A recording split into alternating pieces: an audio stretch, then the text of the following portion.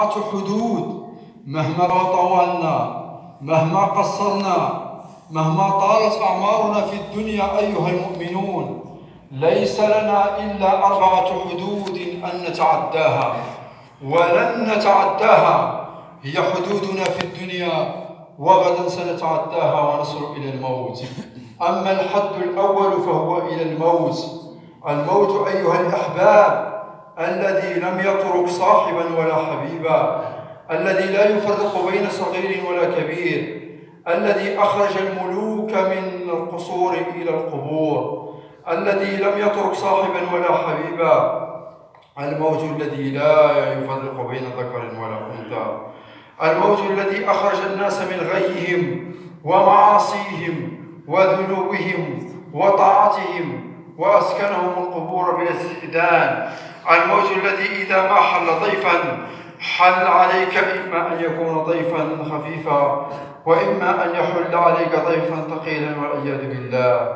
الموت الذي جاء إلى أعظم البشر رسول الله صلى الله عليه وسلم، الذي اشتكت به سكرات رسول الله صلى الله عليه وسلم، تدخل عليه ابنته فاطمة بنات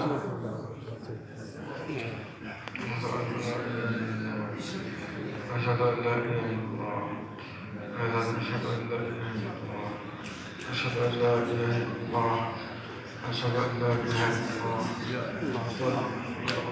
الله، أشهد أن لا إله إلا الله، أشهد أن محمدا رسول الله، أشهد أن لا إله إلا الله. لا لا لا لا حول ولا قوة.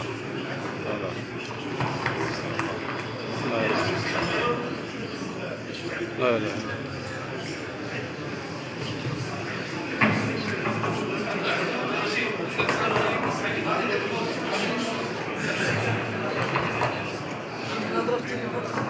واه